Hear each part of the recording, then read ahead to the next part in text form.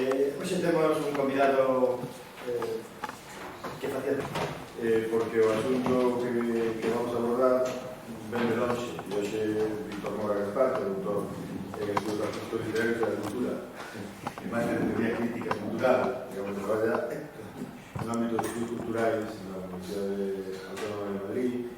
Ali fixo a súa investigación e ali continúa tamén e nos acompañamos. Pero digo que efectivamente porque queríamos abordar este tipo de enfoques como que él aborda, en outra razón, porque desde hai xa moito tempo, como nos suele ocurrir, as liñas de investigación están establecidas, non é de carreiro, pero as miradas ao pasado teñen que ver con o presente, non co pasado. E, por lo tanto, hai a historia das mulleres, a historia ambiental, pasando pola biopolítica e a mirada ao pasado con miradas biopolíticas, pois cada vez son máis reclamadas e máis necesitadas para a historia ou para a desde o punto de vista.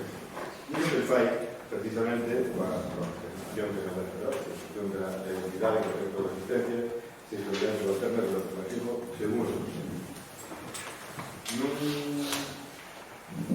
creo que non era ningún TCM, eu creo que ainda era ningún traballo ilegal, creo que era un traballo de relacionamento antigo. Xa en tantos anos, tuve a oportunidade de dirigir a un estudante que quiso traballar en este tema, precisamente. E traballaba sobre eu creo que foi das primeiras persoas que conocí que traballou sobre esto, que traballar sobre a represión da homosexualidade durante anos. Bueno, e a verdade é que o traballo que ele fixo me tomou moito atención. Primeiro, porque a ninguén se vive no ascensor. Segundo, porque as cousas que atopaba era moito máis revelador de todo este estilo, tanto antifranquismo historiográfico, que todos conocíamos, porque Kant xa establecida, e porque permitía entender moito mellor a dictadura, desde o punto de vista biopolítico, que era inapreciable a realidade da dictadura. Pero bueno, estou falando de aí, aquí. E a verdade, desde aquela, foron aparecendo estudios deste tipo, claro. Tuve unha oportunidade tamén nun congreso, creo que foi un grupo de Alicante, había unha sesión inteira dedicada a la historia contemporánea justamente a esta cuestión. Bueno, vi que era un ámbito moi fecundo, creo que Víctor non estaba ali, pero que era un ámbito moi fecundo, moi traballado con colegas do País Vasco, fundamentalmente, tamén en Madrid. E a verdade é que traballando sobre este asunto, muchas veces se plantexa cando temos que explicar porque hai un golpe de Estado contra a Segunda República e un mira, digamos, o biopolítico, a posición da muller, a sociedade patriarcal, todas as publicidades, os novos feminismos que hai na Segunda República,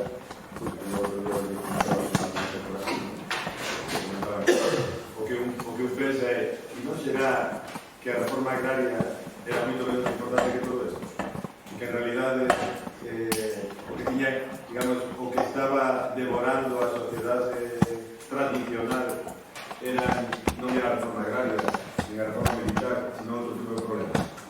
E isto raza con algo que atopamos cando fixemos unha exposición sobre o golpe de Estado de sindicalistas. Todo isto un pouco para ubicarnos en la cabeza gracia. E é que bueno, recordo que atopamos unha carta publicada polas señoras de Santiago, las niñas de Santiago, todos os apelidos que tuvieran de Merced, Rajoy, Descansa, Echeverri, todos os que puedan. Que se dirixen ao Alcalde de García para decirle que na playa de Compostela, estamos falando do 24, 23, non recordo moi ben, na playa de Compostela, que era a playa onde iban a ver a Garza de Santiago, porque sabes que iban en tren, había que retomar a moralidade pública e amenazaban con deixar de ver a Viviana García con o perjuicio económico que tenía para esa localidade, decían nada.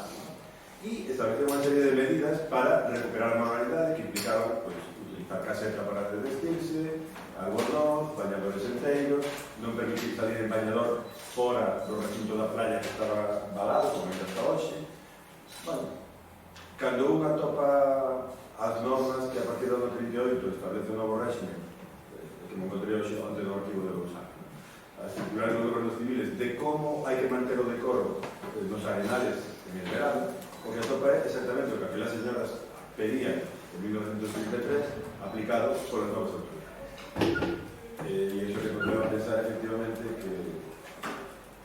que hai moitos mundos que non somos capaces de entender e que hoxe sí podemos entender, que son mundos do presente, que actuaban no pasado, pero que nunca miramos. E falando deste congreso de Alicante, un dos alumnos, que era un estudante de doutoramento, que estaba en el TFM, presentaba unha investigación interesantísima, non recordo os nomes, igual, sobre en que medida a aplicación da lei de previsibilidade social estaba por encima de calquera posición ideológica, de calquera posición social e de calquera posición de clase. É dicir, era moito peor ter unha homosexualidade non admitida, ter unha sexualidade non admitida, que ser comunista. E así o decían as fontes, non é que o dixera o autor. Así se recollían as fontes. E así trataban este tipo de problema. E, bueno, sin máis, haciendo esta introducción un pouco loca para ubicar a Víctor e para entender tamén por que nos interesa moito este tipo de enfoque e por que nos gustaría tamén que fuera retomado por os estudantes para desenvolver investigación. Así que, encantado de que Muchas gracias por esta presentación, muchas gracias por esta invitación a este ciclo, con además este ciclo tan sugerente, Pasados Incómodos, que creo que tenemos la responsabilidad de recuperar, ¿verdad? Y de tratar y de analizar críticamente en espacios como la universidad. Sobre mí es que no voy a decir nada más, yo creo que ya lo has hecho todo, ¿no? Además soy fácilmente googleable, si queréis. Lo que sí, este es mi email, si lo queréis apuntar, no dudéis en escribirme para preguntarme cualquier cosa relativa al tema, ¿verdad? También voy, tampoco sé cuánto tiempo tenemos, porque sé que no lo 50 minutos. Madre mía, pues nada, pues bueno. 50 minutos, es un coloquio que llevará una hora. Perfecto. Vale, eso es lo más interesante después, que haya preguntas o que haya cualquier cosa. Voy a ir pasando rápido por varias referencias, por muchas referencias. Escribidme para preguntármelas si se os ha pasado después de un coloquio o lo que sea, o si tenéis cualquier duda, si queréis bibliografía específica, si queréis trabajar en ese tema o similares, escribidme y hablamos. Sin ningún problema hacerlo. Bueno, pues vamos allá. Construcción de la identidad en contextos de resistencia. Sexualidades subalternas durante el franquismo según sus textos. Es decir, bien, listo. ¿Os suena esta imagen? ¿La conocéis? Sí, esta es una imagen muy conocida de Qualitat, del año 77, de la primera manifestación que hay en Barcelona, de lo que hoy es el orgullo, LGTBIAQ+. En ese momento pues era la reivindicación por la emancipación sexual, por la libertad sexual, por la emancipación homosexual. No se manejaba lógicamente el lenguaje que manejamos ahora, por lo tanto, básicamente como historiadoras o como investigadores y investigadoras que nos aproximamos al pasado, tenemos también que tener muy en cuenta la cuestión lingüística. Fundamentalmente vamos a ver textos que devienen realidades, que tienen una inmensa carga política y una vida política muy dura y muy grave, y tenemos que aproximarnos a esos textos con la noción de lo que hoy sabemos y ser capaces de contextualizarlo. Entonces entender también que cuando se hablaba de lo gay en los 70 era un aglutinante de muchas identidades que hoy sí seríamos capaces de discernir y quizás se nombraban y se autonombraban de otra manera. Con lo cual, esto lo hace tremendamente interesante y también muchas veces complicado. Sin embargo, estábamos comentando antes, es verdad, precisamente cómo esta imagen que conocemos muy bien, quizá no conocemos los nombres de estas personas, quizá no conocemos su historia, su vida y su memoria.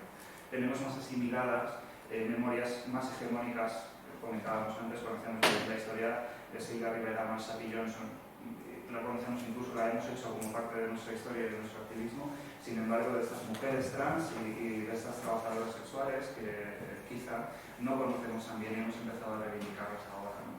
Es necesario hacer memoria sexual y memoria de género de nuestro contexto. Bueno. Una de las primeras referencias que parece más interesantes de Kevin Rubin, que imagino conocéis. Estas son apuntes para una teoría radical feminista. ¿Qué significa otra cosa de lo que significa ahora, verdad? Luego hablamos de eso también, porque las derivas son interesantes. Bueno, nos habla de lo que es el sexo. Ahora vamos a hacer una breve aproximación a cuál es el marco teórico, de cómo nos vamos a enfrentar a esto, a este primer trabajo, que es cómo se representan las sexualidades, fundamentalmente las sexualidades subalternas, según los textos. Esto es interesante. Pero para eso vamos a ver cuáles son los itinerarios posibles para una investigación sobre sexo. Aquí simplemente Rubin nos recuerda cosas que ya nos dijo Foucault, que ya en sus genealogías sobre la sexualidad, que las cuestiones relativas al género y al sexo son esencialmente y absolutamente históricas, es decir, son contextuales. ¿De acuerdo? Siempre nos dice, el sexo siempre es político. Ya lo sabemos, el límite personal es político, ¿de acuerdo? Siempre es político, pero hay periodos históricos en los que la sexualidad es más intensamente contestada y más abiertamente politizada. En tales periodos el dominio de la vida erótica es de hecho renegociado. Yo creo, sin ánimo de discutir con Rubin, ¿verdad? Que siempre está bajo sospecha la vida erótica y siempre está en un periodo permanente de renegociación. Vamos a ver.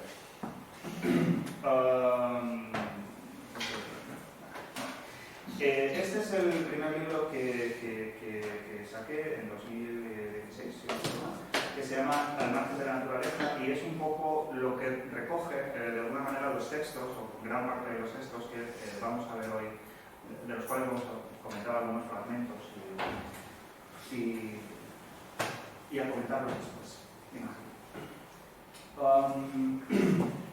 Este libro recoge un periodo desde un poco antes de la sublevación militar fascista y acaba en el año 70, porque en el año 70, como vamos a ver, ya empieza otro periodo que exigía otras dinámicas de investigación. Pero bueno, vamos a comenzar pensando qué es la sexualidad. No sé si tenéis formación en estudios de género o en filosofía, quizá no tenéis por qué, simplemente para saberlo. Partimos de una noción de sexualidad, como hemos dicho, histórica, como hemos dicho, construida y condicionada por los discursos del saber-poder que nos ofreció Foucault, tanto en Historia de la Sexualidad como en todos sus estudios, Historia de la Locura, etc. Que podríamos dividir entre los discursos de ciencia y política, grosso modo, simplemente para entendernos. Entender también que la sexualidad es exclusivamente humana. ¿Esto quiere decir que los animales no tienen sexo? No. Esto quiere decir que los animales tienen relaciones eróticas, genitales exclusivamente, pero que no pertenecen a un patrón social histórico que condiciona los comportamientos sociales y que se convierte en un dispositivo de control, en definitiva. La sexualidad, como artefacto cultural histórico, es absolutamente y exclusivamente humana.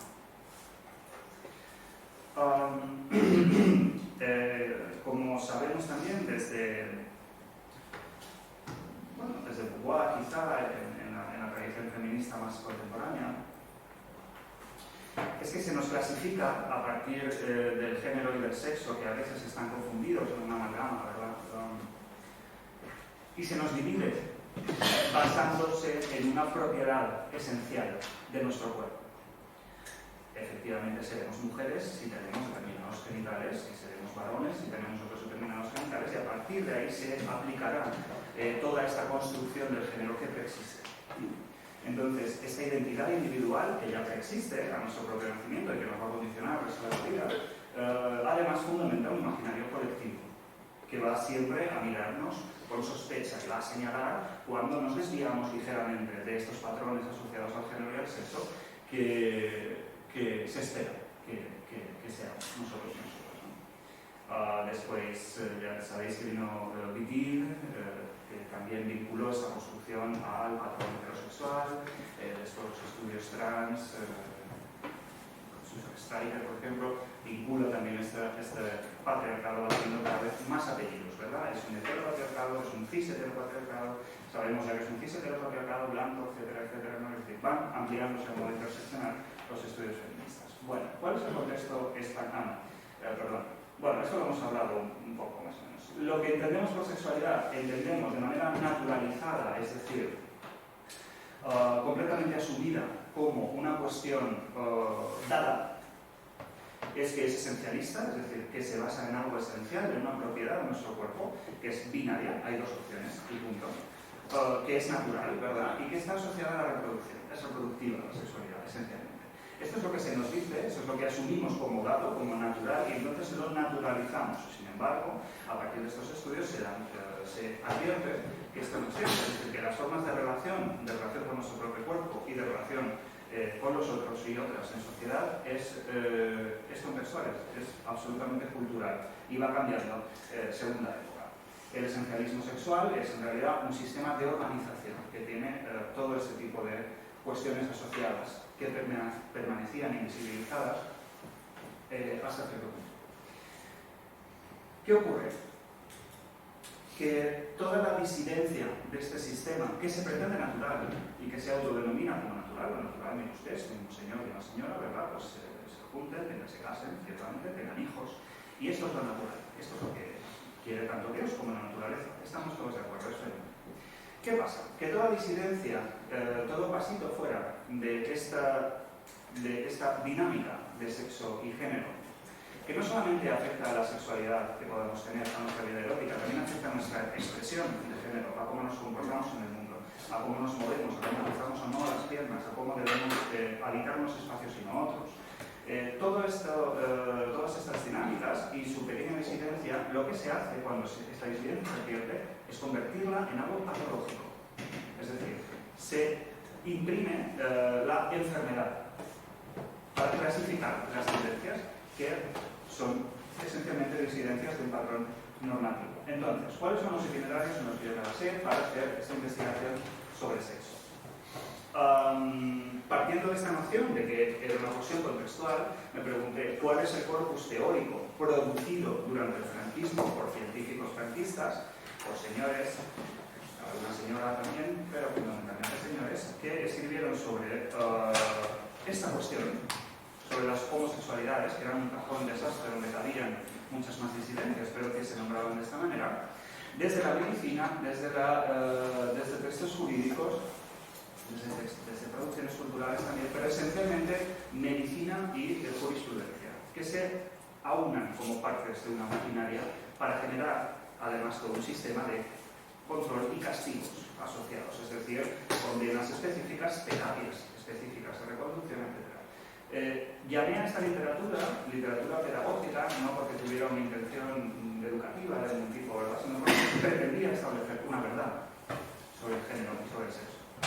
O literatura biopolítica, porque es la biopolítica, como sabéis, pues la gestión de los cuerpos en la vida pública. Sobre la subalternidad sexual. Bueno, biopolítica y subalternidad son como los dos ejes por los que yo enfrenté este trabajo, y que creo que son marcos interesantes desde los que abordar pasados con una mirada crítica. Bueno, como hemos comentado, pues son procesos de organización de los cuerpos en el espacio público y también en el espacio privado. Y estos procesos pretenden llegar a un momento de naturalización, es decir, pretenden que los veamos como naturales y que los habitemos como naturales, cuando en realidad corresponden a procesos convencionales. Tenéis literatura sobre la biopolítica en Foucault, evidentemente, en Expósito también, y Ugarte tiene investigaciones desde la biopolítica, concretamente en el caso español. ¿Qué es la subalternidad? Bueno, la subalternidad es lo que da sentido a la jerarquía, ¿verdad? Es decir, dado que hay un abajo o que hay una periferia, puede haber un centro o puede haber una cúspide, ¿verdad? Pero tenemos que entender también que efectivamente no es una propiedad ontológica, sino que es relacional. En tanto se producen las jerarquías sociales que efectivamente preexisten a toda la sociedad. Entonces, es interesante partir, bueno, de Gramsci, efectivamente, y su noción de subalternidad, pero también entender que es un concepto viajero, que es un concepto que después ha crecido mucho, ha variado mucho, se ha utilizado para muchas más cuestiones de las que utilizó Gramsci en un principio, pero sigue teniendo esta potencia tan grande, hablar de la subalternidad en el sentido gramsciano. Y sobre todo Spivak. Spivak en su texto puede hablar del subalterno. Es muy interesante también tener en cuenta esa mirada crítica, sobre todo para afrontar nosotros y nosotras como investigadores un trabajo sobre la subalternidad y entender que lo que nos planteaba Spivak es que quizá sobre el subalterno siempre se habla, nunca tiene su propia voz el subalterno, ¿no? Entonces, tener también esta mirada y ese cuidado a la hora de hacer. Y Alberto Mira tiene, en fin, sobre la cuestión española específicamente también bastantes publicaciones. Bueno, ¿esto a qué contexto se aplica? En fin, en España venimos, no sé si conocéis fotografías, me imagino que esta sí, porque recientemente pues, ha sido muy famosa, ¿verdad? Que se ha hecho esta película y todo, no sé, no la he visto, tiene algunos problemas, creo. Bueno, o sea, este es el primer matrimonio, que se dijo, el primer matrimonio homosexual en España, en 1901, Elisa y Marcela. Mediante travestismo, mediante falsedad documental, consiguen engañar a las autoridades, casarse y huir a Sudamérica. Se les pierde la pista hasta donde yo sé. Pero bueno, la cuestión es que quizá estábamos hablando de dos mujeres lesbianas, quizá estábamos hablando de un varón trans, no lo sabemos. Quizá no lo sabemos y desde nuestra óptica podríamos nombrarlo de otra manera. Pero lo cierto es que esto ocurre en 1901, constituye un gran escándalo. Cuando sale a la prensa, en la prensa hay muchísimos titulares en muchísimos periódicos, las mujeres que se casan, las mujeres desposadas, etcétera, etcétera. Y se plantea, cierto, decir, ¿cómo es esto posible? ¿Se han casado dos señoras? Hablemos de esto de manera escandalosa, pero hablemos de esto. Bueno, en la vertiente, cuando ya alcanzamos los años de la República, que crece en este contexto de gran tensión económica y política en toda Europa, por un lado,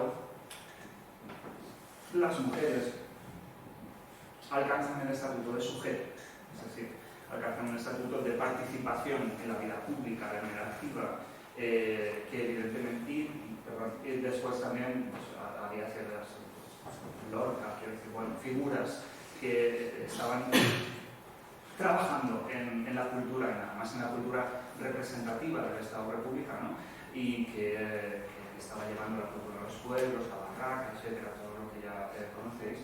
Y no sabemos cómo hubiera podido evolucionar todo esto porque efectivamente se trabaja con la sublevación fascista. En el que las mujeres, ¿cómo vuelvo a casa aquí? En el que las mujeres pierden efectivamente su estatuto de su condición de sujeto y pasan nuevamente a su condición de complemento del varón. Entonces, se aplica una maquinaria que ahora vamos a ver según sus textos científicos, textos sobre todo de psiquiatría, en los que se fundamenta la infantilización ontológica de las mujeres. Es decir, las mujeres se definen como seres esencialmente emocionales, irracionales, que no atienden a la lógica, que son infantiles y que por lo tanto necesitan una tutela permanente y no pueden tomar ninguna decisión, mucho menos ninguna decisión política.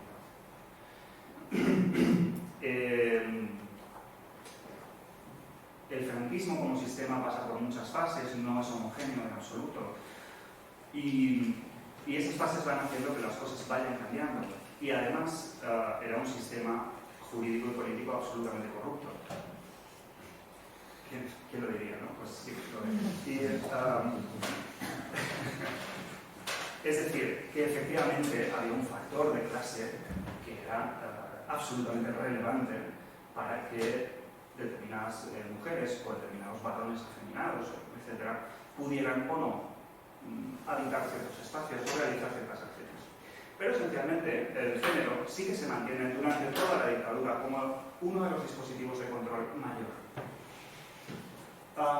Entonces, ¿dónde llegamos? Pues llegamos aquí a esta foto, esta imagen me parece fantástica. Franco da este discurso en el 40 por la radio y dice esta frase, que no es baladí, es muy interesante. No queremos una vida fácil, queremos una vida dura, la vida de un pueblo vivido.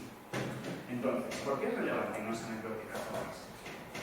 Hay un estudio muy interesante que se llama Palabra de Franco, de Minardi, si no recuerdo mal, que está disponible además en Google Scholar, me parece, lo estaba al menos, en el que estudia los discursos de Franco a lo largo de los años y estudia cuáles son las palabras que más utiliza. Por supuesto, está patria, está gloria, está Dios, está España, pero entre las 10 primeras está viril. Viril, la virilidad como un valor que define a la sociedad española y que genera este imaginario de lo que es el ser español y la Nueva España, es fundamental. La virilidad es un asunto de Estado, es decir, Franco organiza, el franquismo organiza su sistema político y social en base a una misoginia estructural, es decir, es un odio a las mujeres que es orgánico y que vehicula todas las instituciones del Estado. El odio a las mujeres y el odio a todo lo que supusiera el afeminamiento, vinculado con la debilidad, vinculado con la pérdida de valores, vinculado con esta crisis nacional, política y social que estaba sufriendo España y que utilizó como excusa para implementar sus políticas coactivas. Bueno, es una estructura absolutamente polarizada, el ellos y nosotros, ellos dolor y ruinas, nosotros la alegría de la patria. Es decir, ellos caos, nosotros orden. ¿Cómo se establece este orden? Mediante la virilidad. La virilidad está asociada a esta noción jerárquica donde hay una estructura inamovible de poder, control y fuerza. Frente a lo femenino, que es lo fluido, que es lo no rígido, que es lo no estático, que es asociado a todo esto, que podemos entender hoy como valores tan positivos, se asocia a la debilidad, se asocia a la flaqueza, se asocia a lo inestable. Fijaos qué interesante.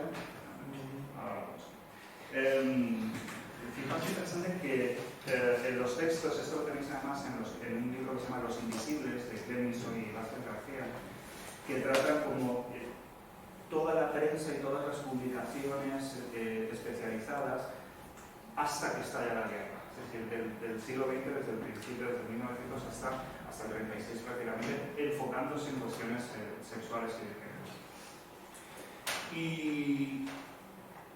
Y hay una dinámica en los discursos totalitarios que van creciendo y van tomando una forma cada vez más fuerte, en la que se acusa a las mujeres y al ascenso de las mujeres, al auge de los feminismos y a la visibilidad cada vez mayor de los invertidos, toda esta inestabilidad que está viviendo España. También a las vanguardias artísticas, porque este desafío a las formas canónicas, este desafío a las formas hegemónicas como expresión artística, también se entiende como un síntoma de inestabilidad y como una fuente de crisis. Es decir, todo esto va siempre unido. Bueno, entonces, comenzamos. Empieza este periodo en el que, como sabéis, al principio del franquismo, lo que al régimen le interesaba más no era la disidencia social, que es como se llama hasta ahora, la disidencia política, que es exclusivamente la ideológica, y la disidencia social, que somos pues otro.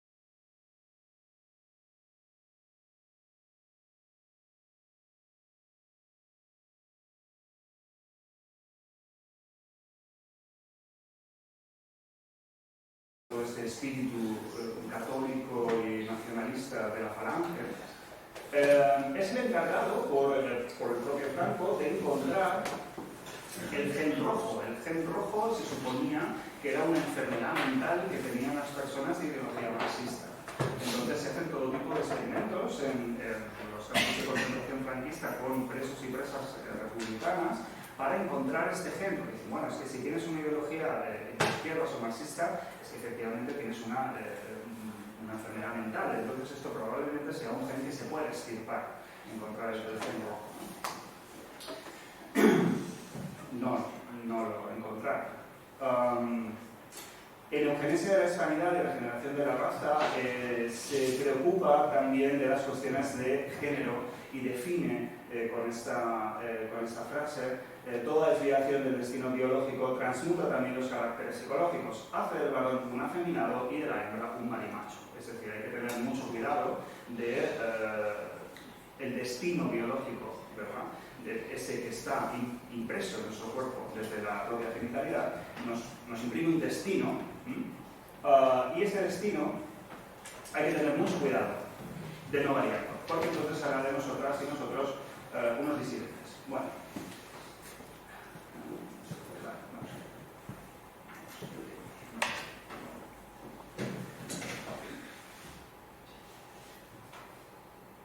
Los dispositivos de género durante el franquismo funcionan también con estereotipos, como funcionan ahora, ¿verdad? Igualmente, pero de una manera, obviamente, muy coactiva y basada además en un sistema de premios y castigos ejemplares.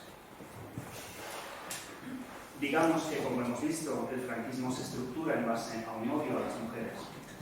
Por lo tanto, todo lo que fuera femenino, todo lo que fuera asociado a esta feminidad, era susceptible de ser un insulto, es decir, de ser una denigración. Por lo tanto, el peor de los varones era aquel varón que era feminado. ¿De acuerdo? Sin embargo, la peor, por lo tanto, era el marica, el capón, se le llamaba también, el violeta, de muchas maneras, había nombres muy interesantes, muy bonitos. Este era la peor de las denigraciones. Sin embargo, la mujer no se la podía ascender a la categoría de varón cuando era una mujer masculina, cuando se la quería denigrar. Es decir, el ideal de la mujer en el franquismo era este ideal asociado al catolicismo, es decir, era la Virgen María, era esta mujer que era virginal, que era pura, que era dócil, que era obediente, sufrida, que tenía hijos, pero no follaba. Entonces, bueno, toda esta aura, por lo tanto, lo que hace es que la peor de las mujeres sea la prostituta, es decir, la que entrega el sexo para lo que no debe hacerlo, es decir, que lo intercambia por dinero, que tiene una mala vida, que se le llama mujer perdida, etc. Bueno. Entonces, en el año 1953, creo recordar, se firma el concordato con el Vaticano. Este concordato que perdura todavía, si no recuerdo mal, no se ha revisado. Bueno. Es una situación excepcional. Como sabéis, el único Estado en apoyar el fascismo después de la Segunda Guerra Mundial, una vez muerto Hitler, el único Estado europeo es el Vaticano. Entonces esto realmente dota a España de un inicio de apertura por estar apoyado por la institución católica en su máxima expresión. Al mismo tiempo, sabéis que España no se adhiere al plan Marshall, pero sí que se firma este pacto de las bases militares, por lo que España recibe muchísimo dinero estadounidense, estas bases militares en Rota, apuntando, ¿verdad?, a Rusia, que ahí continúan también, y entonces no entra directamente, no es al plan Marshall, pero sí entra muchísimo dinero estadounidense y llega la Coca-Cola. En el 53 llega la Coca-Cola, por ejemplo. Entonces ahí encuentra Franco como una manera de seguir legitimando su permanencia como político y como jefe de Estado español,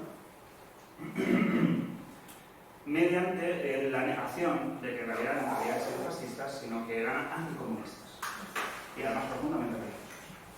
Entonces, bueno, esta unión en este nuevo marco que ya comenzará a ser la Guerra Fría, permite a Franco, que luego era un militar nefando, absolutamente corrupto, pero muy astuto, mantenerse mediante estos nuevos giros en el poder. Entonces, ¿qué ocurre? Que esta serie de pactos lo que hacen urgente es un control de la población mucho más severo. Una vez eliminada, o eso se pensaba, una vez esta urgencia había sido suplida a eliminar la disidencia ideológica, lo que tenía que venir a continuación era mantener a la población controlada de otra manera. Entonces, en el año 54 se coge esta ley republicana, porque la ley de Vagos y Maleantes era una ley originalmente republicana, se introduce la figura de los homosexuales. Por lo tanto, se hace una persecución visible y sistemática de los varones femeninos. Y se empieza a producir esta unión, esta amalgama ideológica difícilmente definible de lo que es lo nacional y lo católico, es decir, el nacional-catolicismo, esta nueva paradigma que Franco se genera para desvincularse de esa historia reciente fascista. Entonces empiezan a aparecer muchos más textos sobre el tema de la homosexualidad. Este es muy destacable y es un delirio absolutamente. Se llama Sodomitas, de Mauricio Carlavilla, que en realidad se cambió su apellido, se puso Mauricio Carl, porque en sus propias palabras le gustaba más, porque sonaba más alemán. Y escribió este texto, Sodomitas, que es un texto como de teoría de la conspiración, sobre los homosexuales, sobre los varones homosexuales. Con esto quiero decir, hay textos, por ejemplo, de Gregorio Marañón, de Vallejo Nájera, incluso de López Ibor, que los analizamos ahora críticamente y vemos que en realidad su interpretación de los resultados responde a una lectura absolutamente ideológica, marcada y condicionada por el nacionalcatolicismo, evidentemente. Sin embargo, tienen cierto rigor, es decir, tienen rigor al menos en la forma en la que están escritos, corresponden a un tipo de lenguaje al que se adscribe el género científico, por decirlo de alguna manera. Sin embargo, hay otros libros que son pura y simplemente un delirio absoluto, como el de Mauricio Carl, que define a los sodomitas como unas bestias míticas que van por las calles buscando menores para abusar de ellos, etc. Y que dice a los padres que no estéis preocupados, que sepáis que mejor muerto vuestro hijo, porque para Dios esto es abominable, unas cosas tremendas. Consigues a establecer además unos vínculos. Dice, el primer comunista del mundo, que además escribió un libro que se llamaba La República, era un sodomita, era Platón, ¿no? Entonces, ahí empieza todo esto. Y aquí están que quieren hacerse con todo, seguro que hay masones, bueno, pues es un libro que es relevante, porque llega a tener 12 ediciones. 12 ediciones. Se publica por primera vez en el 54, pero recordado en el 95, no, es muy barato, sí. Y llega a los 70. Sus ediciones llegan hasta los 70. Entonces, bueno, ¿por qué es importante? Porque Mauricio Carl lo que hace es introducirse en muchos más hogares y bibliotecas de lo que podrían ser los textos de Vallejo Nájera. Son textos además que no se contradicen en sus textos, aunque estén escritas de maneras absolutamente disparatadas, como sea. Pero no se contradicen, forman parte de todo un mismo imaginario que se está generando. Es mucho más posible que la gente se hiciera una idea de lo que era un sodomita a través de Mauricio Carl, que no a través de los textos jurídicos que después eran los que determinaban cuáles iban a ser las leyes por las que se establecía la persecución de la violencia. Sin embargo, son textos, insisto, que no se contradicen y que fomentan un imaginario en cuestiones sobre las que además había un morbo tremendo porque estaba prohibido hablar sobre ellas. Bueno, para las mujeres había varios dispositivos de control, entre ellos está Medina, que es la revista de la sección femenina, que mediante imágenes y textos pues se imprime como este tipo de obviamente las labores del hogar, siempre tiene que ser el espacio privado y hacer de este espacio privado como el espacio de desarrollo femenino, la melancolía, la tristeza, la sumisión, el dolor, por supuesto la maternidad, que tenemos la buena de Pilar Primo de Rivera, ¿verdad? En Alemania. Medina tenía estas, de vez en cuando, como estos pequeños diálogos, en los que se daban estas ideas para definir efectivamente e insistir en la idea de lo que era lo masculino y lo que era lo femenino. Entonces preguntan esto, ¿cómo sirve la patria? No es cosa de hombres. No, de hombres y de mujeres, pero de manera distinta. ¿Cómo sirven los hombres? Con las ideas, valor, conquistas, dirección de la política, es decir, la mente, lo elevado, la razón. Y las mujeres, preparándose para fundar familias, donde se formen las nuevas generaciones. Es decir, era un plan perfecto, ¿no? Es decir, sin fisuras. Es decir, es muy importante el papel de la mujer. Por supuesto que sí. Y es única y exclusivamente. ¿Y qué ocurre con las lesbianas, entonces? Porque cuando estudiamos las leyes, cuando estudiamos la ley de vagos y maleantes, cuando estudiamos libros como el de Mauricio Gall, que es divertidísimo, no lo leáis, pero es accesible, además es fácil de encontrarlo. Y os digo que es divertido leerlo, y en el libro, en los libros que tengo, lo digo también, invito mucho a la risa. Es decir, vamos a reírnos de estos textos, no para quitarles gravedad, sino para desarticular esta violencia que pretendían, porque son francamente ridículos, son ridículos. Entonces, creo que leerlos desde esta óptica y no tratarlos como una cuestión que sea posible debatir, porque hay cuestiones que no son debatibles y que no se pueden introducir en los debates públicos como si fuera una opinión equivalente, porque esta es una equidistancia que nos está trayendo muchos problemas. Creo que es muy útil introducir esta mirada crítica que se ría abiertamente de cuestiones que son ridículas y desarticule de esta forma las posibles violencias. Pero en fin, cuando leemos a Mauricio Gall, cuando leemos a Vallejo Nájera o otros textos que hablan de la homosexualidad, que se emplean verdaderamente con mucha firmeza para hablar del porqué de su peligrosidad, que esencialmente hablan de varones. Quizá en algún momento al final del libro dicen, y las mujeres también lo mismo más o menos que las mujeres, no le dedican como más espacio, ¿no? Entonces, ¿qué ocurre? Esto ha llevado a pensar que el hecho de que el Estado no se preocupara tanto de las mujeres masculinas o de las mujeres lesbianas hacía que no estuvieran igual de oprimidas porque eran invisibles, ¿no? Y esto forma parte pues, de una tradición historiográfica que también es misógina, evidentemente, y que piensa que el hecho de que no estuviera tipificada de manera como si lo estaba en la cuestión de los varones, para las mujeres constituía simplemente una cuestión de invisibilidad, como que no importaba. Si había dos mujeres cogidas de la mano, no pasaba nada. Bueno, vamos a ver. Lesbianas visibles, como los varones homosexuales, algunos eran visibles, algunas sí, otros no. Esto es una cuestión que no es relevante. Lo que ocurre es que este silencio legal pertenece a la forma esencial con la que el franquismo controló a las mujeres mediante este dispositivo de género. Es decir, si no podían habitar y transitar el espacio público de la misma manera que los varones, la represión tenía que venir por otros lados. La represión venía esencialmente y primariamente desde el dispositivo familiar, y después había otro tipo de instituciones de internamiento, psiquiátricos, conventos, fundamentalmente. Lo que nos dice Julián en este libro, que es un libro fantástico, que se llama Mujeres bajo sospecha, de Osborne, que también tiene un documental, nos habla de que efectivamente el silencio sobre las prácticas lésbicas, que a veces incluía un vacío legal al respecto, no significaba que resultaran aceptadas. Al contrario, ha permitido la arbitrariedad y los abusos en este campo, violaciones correctivas, es decir, cuestiones a las que tenemos acceso a través de testimonios de memoria, porque no hay registros de esto, ni se puede rastrear porque no hay una ley que tipifique que después te lleve a otro tipo de documentos, ¿no? Entonces es una investigación más exigente, es una investigación que exige que nos volquemos en principio los relatos de memoria y que a partir de ahí empezamos a construir otras cuestiones. Osborne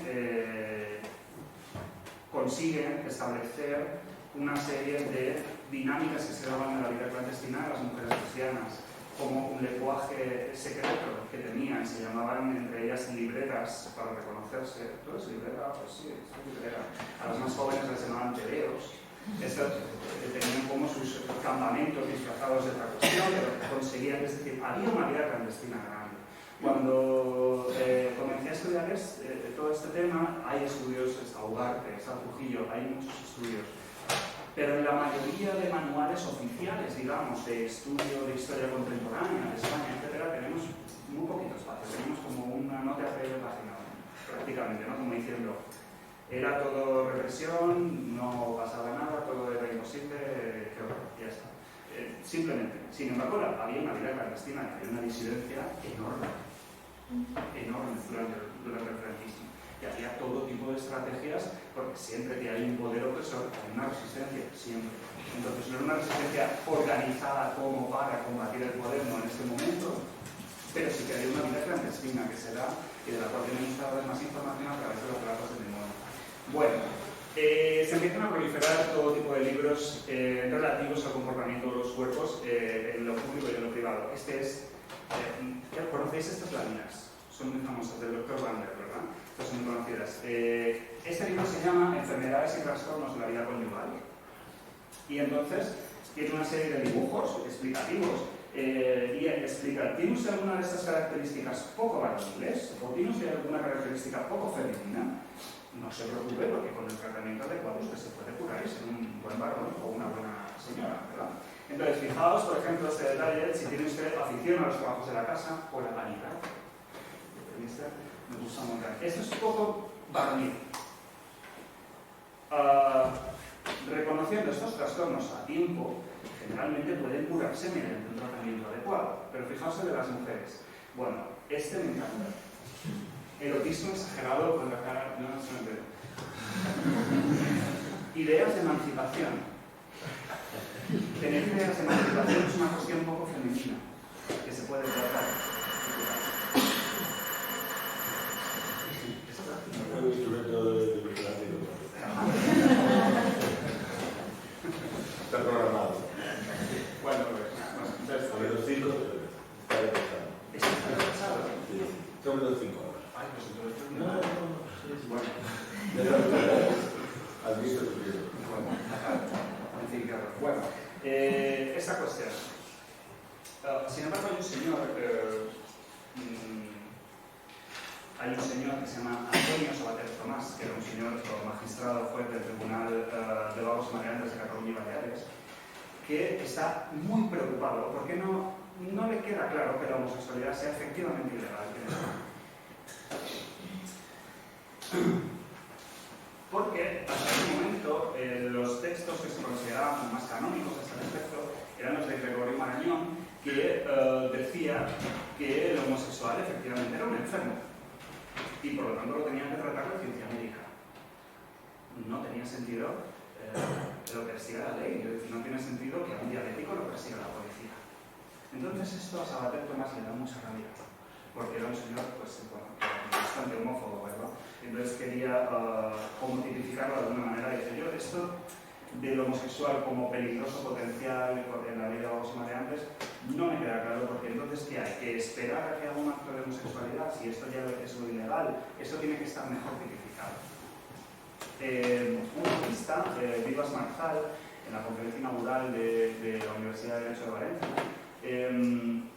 da una conferencia en la que coge los argumentos de Marañón y habla de los peligros de la homosexualidad, sobre todo en este momento en el que también se publica el libro de Wander, que es ya finales de los 60, en el que España se ha abierto, de alguna manera, ha abierto sus fronteras, ha venido mucho turismo. Esto se considera como algo muy peligroso.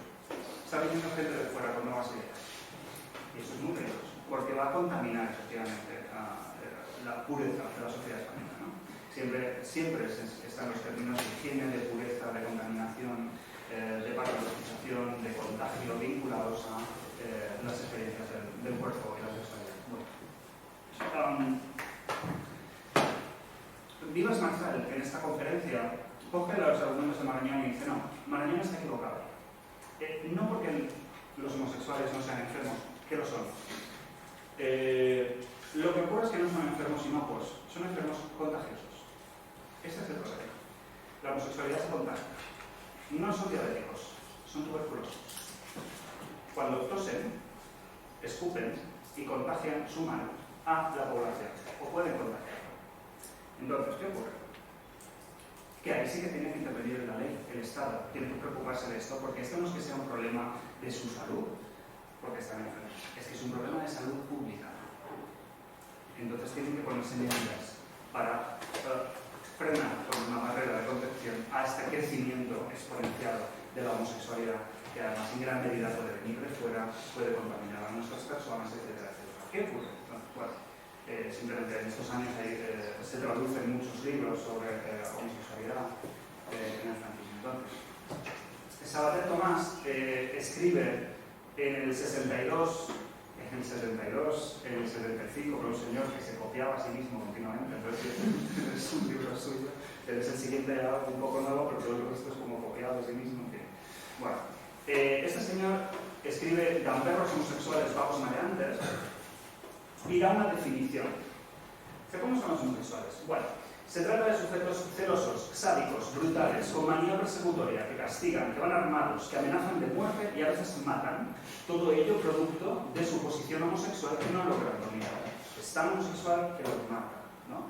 El grupo de mayor criminalidad y delincuencia, se originan en ellos, son los más peligrosos, se originan en ellos fantasías inconscientes de apuñalar extranjeros. Este señor no es Mauricio Caro. Este señor es un jurista, este señor escribe leyes. De hecho, cuando lee el argumento de Rivas Marzal, dice, efectivamente, son tuberculosos, qué buena idea. Voy a coger esta cuestión, ¿verdad? Y voy a escribir un proyecto de ley, que será la Ley de Prevención y Rehabilitación Social del año 70. Sabater Tomás escribe en el 67, 68, porque se tiene que modernizar. La ley de vagos mareantes no es suficiente. Los tiempos han cambiado, esta ley tiene que cambiar. También, efectivamente. Bueno. Sabater Tomás, que dedica gran parte de su carrera a fundamentar los porqués de la peligrosidad homosexual,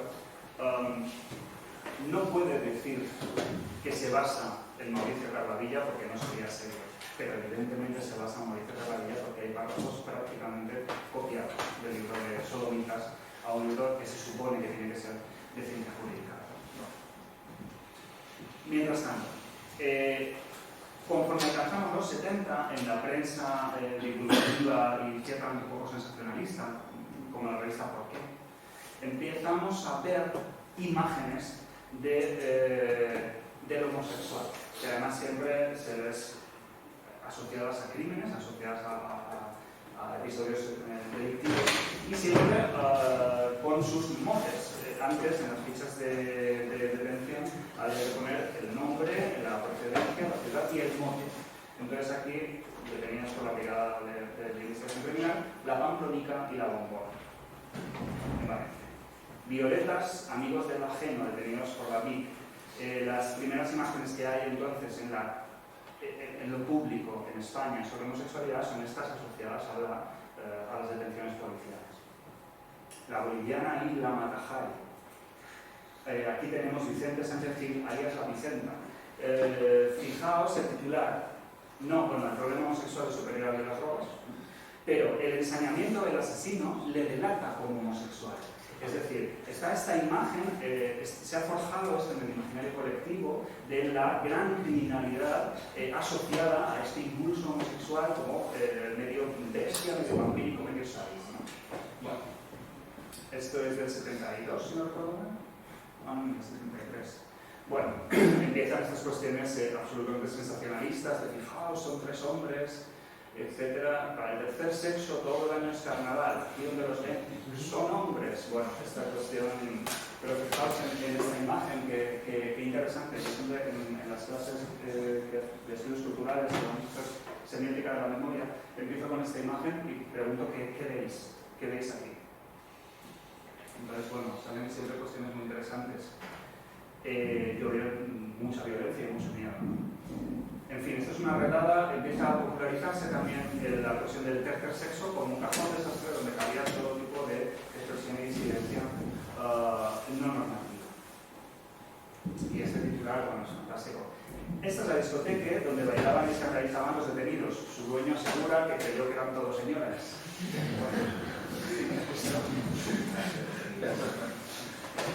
Entonces, mientras esto ocurría, había centros para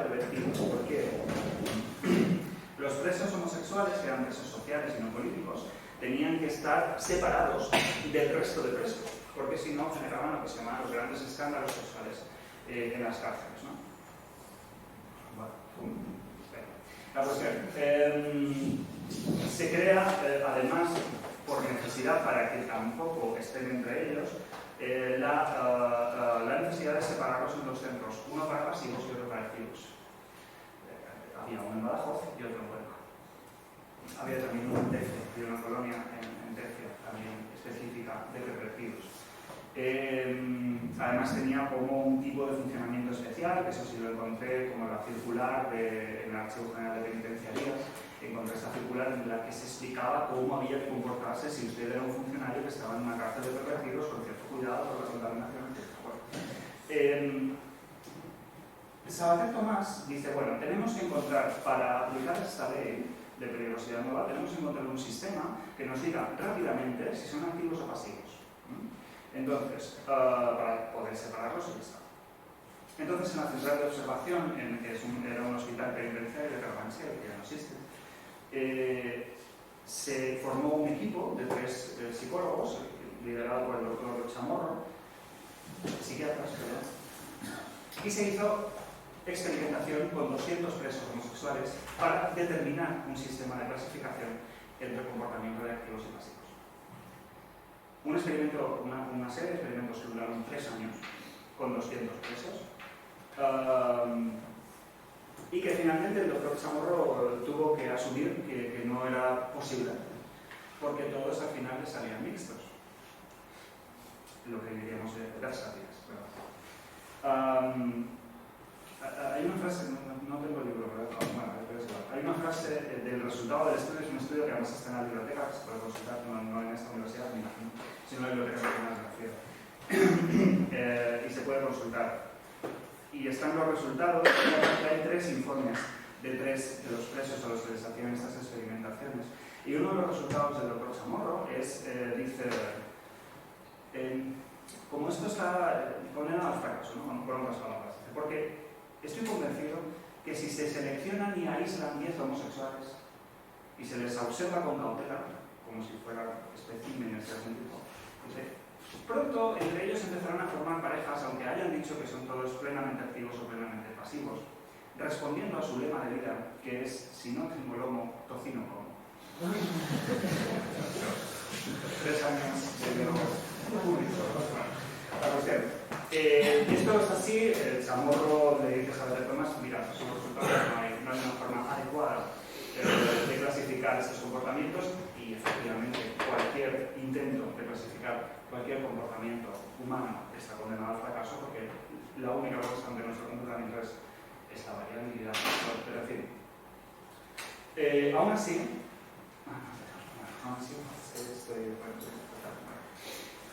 Sabater Tomás plantea este proyecto de ley, se discute en las comisiones de justicia españolas durante muchos meses, porque es muy problemática. Entre estas encargados y encargadas de dar vida a esta ley y corregirla está Pilar Primo de Rivera, muy preocupada por las mujeres, por las prostitutas, y también preocupada porque se orientara esta ley a la rehabilitación, es decir, somos un Estado europeo, somos modernos, estamos en la década de los 70, tenemos que dar una imagen novedosa a este régimen.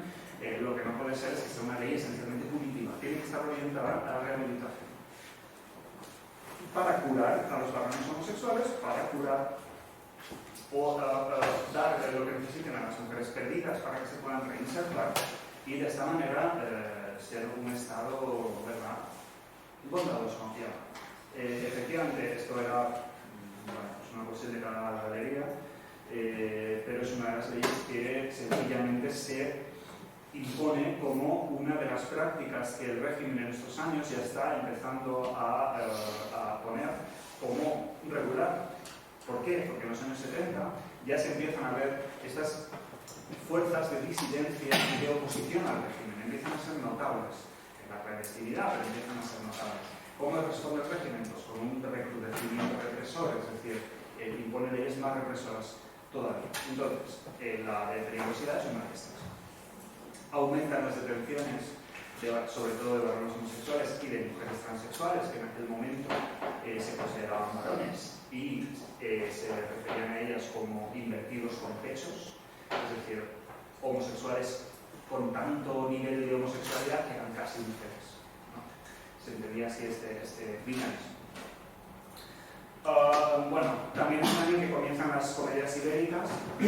Con No deseas al vecino del quinto se dispara al imaginario el estereotipo de mariquita, que ya existía, evidentemente, pero no estaba muy prohibido. También sabéis que en esta época existía un ministerio de censura excelente y muy férreo, ¿no? Yo tuve la oportunidad de consultar el documento de censura, el archivo de censura de esta película, y tuvo que pasar por 5 nombres distintos, por muchas correcciones de guión, se tuvo que doblar por si acaso la voz afeminada al final no podía pasarse, etcétera, etcétera. Y es una película, horriblísima, es un horror, pero es una película muy interesante como documento histórico. De hecho, el artículo sobre esta película con fotocopias de los archivos originales está disponible en Google, creo que está en la revista de Castellón, de estudios de género, y los artículos con los informes negativos, porque consideraban que esta película, a pesar de mostrar el estereotipo como algo negativo, era muy peligrosa, porque podía dar rienda suelta a muchas cosas, como efectivamente ocurre. Es decir, se instaura la ley de privacidad y rehabilitación social, se disparan las comedias ibéricas. No deseas al vecino del quinto, ¿la habéis visto? ¿No la habéis visto? La ponen de vez en cuando. Se convierte en la película más taquillera de la historia del cine español, hasta Torrente 3, vosotros las conclusiones las sacáis. Y es una película absolutamente insultante, machista, etc., en la que comienza a haber como cierta promesa de que se va a ver un poco partes del cuerpo desnudo femenino, y nos vamos a reír con los estereotipos como el de mariquita en este caso. Entonces, ¿qué ocurre con estas dos cuestiones que son tan relevantes? Que se genera la idea del sujeto político, es decir, se genera la idea de que estamos en peligro y hay una noción de colectividad, porque esta ley de peligrosidad genera una noción de colectivo y nace en el año 70, a la vez que se ve que hay una representación absolutamente injusta y desproporcionada en la cultura popular y una ley que va a perseguir específicamente a un grupo de personas marginadas, se genera por parte de una generación que ya ha tenido contacto con el extranjero, que tiene otras ideas, que ha estudiado, que tiene otros posibles, la noción de sujeto político y la noción de necesidad de generar un colectivo para luchar contra estas leyes represoras, contra este sistema de representación. Nace el FAC, nace el primer colectivo por la emancipación homosexual en España en el año 70. Entre ellos estaba Armand de Fluvià, que además estaba con esta máquina de hacer las hojavillas, todo, en fin, absolutamente clandestino, y utilizando además contactos en París, con los grupos de París, para tener allí el apartado de correos, para tener la correspondencia con la gente de España que quisiera escribirles fuera, porque si la tenían en España, obviamente iban a ir falta la voz. Bueno, comienza entonces la protesta. Comienzan a crearse grupos que quieren luchar por esta emancipación y finalmente en el año 77 se lleva a cabo la primera manifestación. Lideran las mujeres transexuales, las travestis y las trabajadoras sexuales, como siempre. Es una manifestación que condensa más o menos a 3.000 personas, que es brutalmente sofocada por la policía y que da cuenta de que había un movimiento sólido, que además estaba unido con el feminismo, que además estaba unido con la izquierda española, que era el de emancipación sexual y de la libertad sexual, que exigía cosas muy interesantes, que exigía un Estado laico, que existía la abolición de la familia, que exigía la abolición del matrimonio, que exigía una serie de cuestiones que después el activismo tomaba otras derivas, ¿verdad? Pero bueno, en ese momento es muy interesante leer sus postulados. En fin, aquí tenemos a la buena de la Ocaña. ¿Habéis visto el documental Ocaña, Recuerdo Intermitente?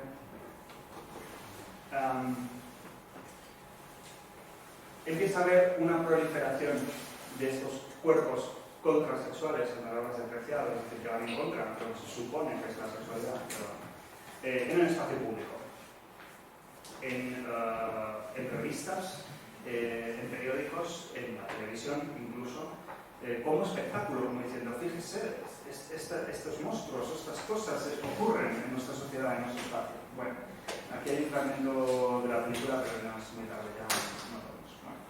El tercer sexo, el tercer género, empieza a proliferar también como expresión, como un cajón desastre contranormativo, donde tenemos todas las que de alguna manera no coincidían con este patrón de orientación sexual y de identidad de género. Se transgrede esta norma y se toma además como un símbolo de esa propia transición, es decir, se utiliza esa ambigüedad de género para hablar de la propia transición política en muchas ocasiones, en muchos espacios de comunicación. Hay un artículo interesantísimo de Marcel Rochmer que está también online, que se llama De una España viril, que era la España de Franco, a una España travesti, que parecía que era la España de la transición, ¿verdad? Que se utilizó y se abusó incluso de este uso de la imagen del travestismo. Bueno, el último, sabéis que el último discurso de Franco, de la Plaza de Oriente, que además está disponible en YouTube, lo último que dice es que agradece al pueblo español su virilidad. Quiero decir, es una constante esta insistencia en lo viril. Entonces se ve como una explosión de libertad, una cuestión de cuestionar esta misma virilidad. Lo que pasa es que no se cuestiona de una manera crítica, sino de una manera lúdica, festiva y que reproduce de cierta manera los estereotipos. Lo erótico cobra una importancia muy grande en el espacio público porque hasta este momento está absolutamente prohibido. En revistas como Interview, además, que se considera este símbolo de la transición cuando se publican las fotos de Marisol desnuda en Interview, en la portada. También está la revista Party, una revista interesantísima, erótica, pero con algunos artículos como de política, como era Interview, esencialmente de erótica, y tenía tres partes. Party él, con este señor, que es erótico, Juan Márquez, ¿verdad? Un chico hermoso. Party ella, que muestra el cuerpo femenino erotizado, y Party ello. El party ello es donde cabía todo el tercer género, que podría ser un muchacho que sencillamente va maquillado, podría ser una mujer trans, podría ser una travesti, o podrían ser podrían ser mujeres lesbianas siempre orientadas al ojo heterosexual masculino, es decir, siempre orientadas como objeto a esa mirada.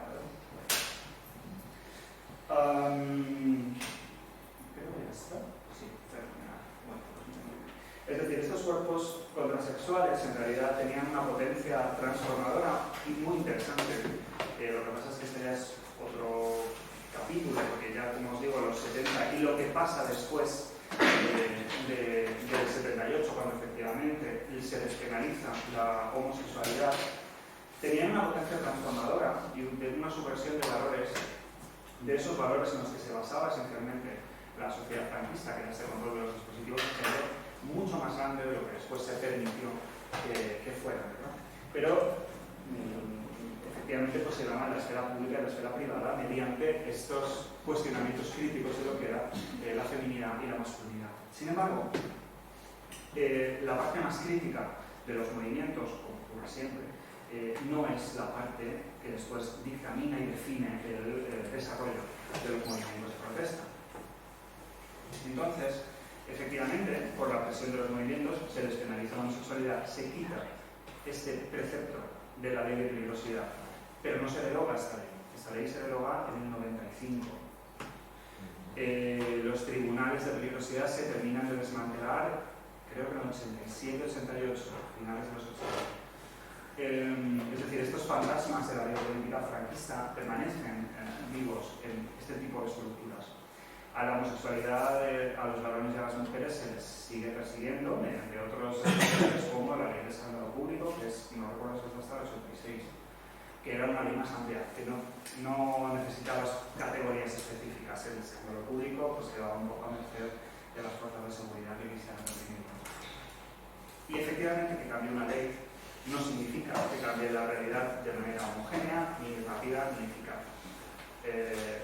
Por lo tanto, continúa muchos años un estigma social asociado a las sexualidades disidentes por el hecho de que España tiene efectivamente basa su democracia en políticas negacionistas. en una negación de la memoria. La negación española es muy específica, porque no es esto no pasó, sino de esto no se habla. Hay un documental ahora muy interesante que probablemente habéis visto, que se llama El silencio de otros, en el que se explica perfectamente cómo se gestionan las leyes de amnistía, cómo funcionan después las prohibiciones de investigación y cómo eso continúa siendo un fantasma operativo del franquismo en gran medida. Esto afecta al género del sexo, por supuesto. ¿Por qué? Porque el género del sexo es transversal, está en todas partes. Y bueno, como os digo, al margen de la naturaleza, este libro llega hasta el año 70. Mi tesis doctoral, que saldrá publicada el año que viene, si no recuerdo mal, que tiene este título de esta conferencia, que probablemente me obligará a cambiarlo porque es demasiado largo. Pero bueno, es una continuación, es decir, ¿qué pasó en los 70? ¿Qué textos había? Esta renegociación de la vida erótica, ¿cómo se produjo efectivamente en este contexto de tantos cambios?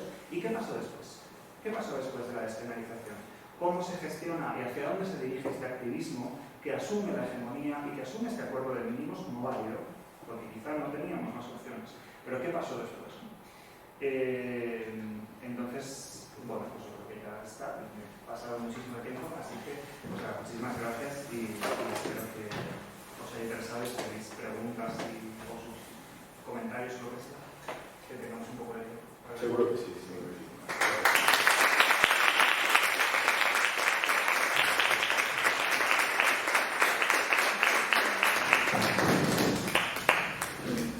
Yo tenía muchas preguntas, pero seguro que vos también queréis. No, aquí es muy fácil. Yo quería comentar que igual lo de que las mujeres lesbianas no estaban visibilizadas podría deberse como que ya no las hacían reflejar en la ley porque directamente no querían reconocer el deseo sexual, ¿no? Que podían sentir las mujeres y era una manera de que, o sea, porque se reconocían que había mujeres lesbianas, era reconocer que había mujeres que sentían deseo. Exacto, claro que sí. Sí, efectivamente tienes toda la razón. Es un comentario súper apropiado. Además trata de eso el libro de Osborne, de Mujeres bajo sospecha. La mujer no se considera un sujeto deseante, sencillamente no importaba mucho, pero no era necesario reflejarla en estas leyes, porque efectivamente estas leyes, al no nombrar, constituyen este imaginario de la mujer como objeto y no sujeto deseante. Por supuesto, tienes toda la razón. Y además de eso, el hecho del deseo de las mujeres, que directamente no eran sujetos deseantes, además no era relevante. Lo relevante era que pudieran formar una familia como debía ser y que tuvieran hijos cuantos más mejor. Que ese fuera nuestro deseo no era en absoluto relevante, ¿no? Que no disfrutara, disfruté las mujeres, no nos importa, ¿no? Sí, tienes toda la razón. La mujer, como cuando pierde la actitud, la noción de sujeto y pasa a ser complemento, efectivamente ni se cuestiona que sea un sujeto deseante, no lo es, efectivamente. Muchas gracias, Víctor, por esta presentación, me pareció sumamente interesante.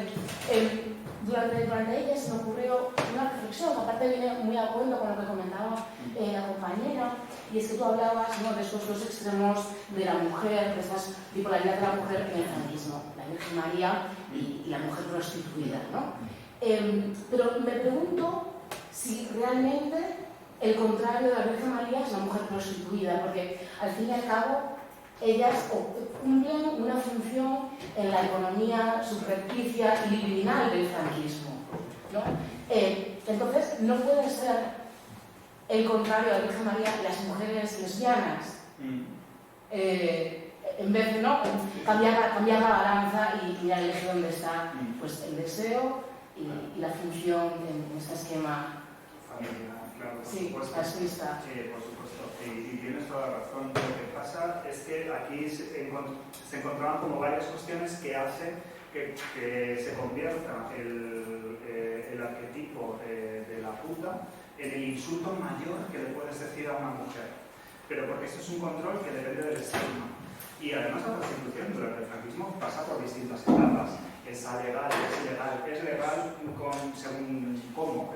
Quiero decir que no hay en absoluto ningún preocupación por la calidad de vida de las mujeres, y menos de las prostitutas, obviamente.